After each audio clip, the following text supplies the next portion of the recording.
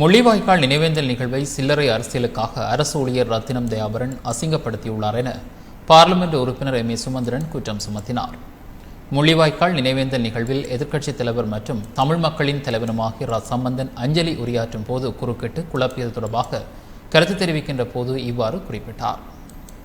மிகவும் பயபக்தியாக உணர்வுபூர்வமாக நடைபெற்ற அந்த நிகழ்விலே எதிர்க்கட்சி தலைவரும் தமிழ் தேசிய கூட்டமைப்பின் தலைவருமாகிய ஐயா சம்பந்தன் ஒரு சிறு அஞ்சலி உரை ஆற்றுகின்ற வேளையிலே தன்னை ஊடகவியலாளர் என்று சொல்லிக்கொண்டு வடக்கு மாகாண சபை நிதி அமைச்சிலே வேலை பார்க்கிற திரு தயாபரன் அந்த நிகழ்வை குழப்பு முகமாக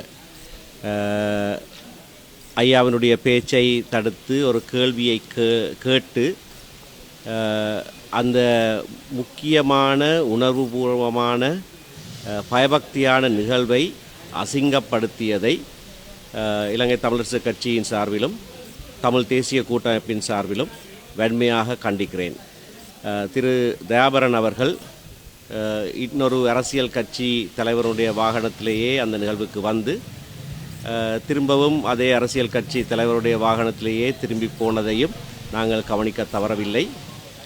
வேண்டுமென்றே மூத்த அரசியல் தலைவர் இன்றைக்கு தமிழ் மக்களுடைய தலைமகன் ஆக விளங்குகிற சம்பந்தன் ஐயாவை அவமானப்படுத்த வேண்டும் என்ற நோக்கிற்காக திட்டமிட்டு செய்யப்பட்ட ஒரு நிகழ்வாக நாங்கள் இதனை கணிக்கிறோம்.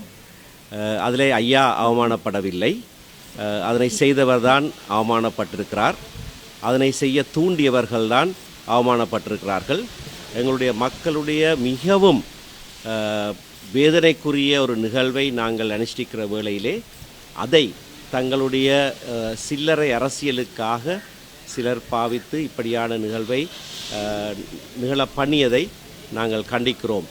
அந்த கேட்ட கேள்வியை குறித்தும் ஒரு வசனம் நான் சொல்ல வேண்டியது அத்தியாவசியம். பாராளுமன்றத்திலே ஐயா சொன்னதாக அவர் சொல்லி கேட்ட கேள்விக்கு எந்த விதமான அடிப்படையும் கிடையாது. அப்படியான ஒரு பேச்சை சம்பந்தன் ஐயா பாராளுமன்றத்திலேயோ எங்கேயோ எப்பொழுதுமோ பேசியது கிடையாது. ஆகையினால்தான் அப்படியான குழப்ப சூழ்நிலையிலேயும் கூட ஐயா அதற்கு தகுந்த பதிலை அங்கேயே வைத்து சொன்னார்.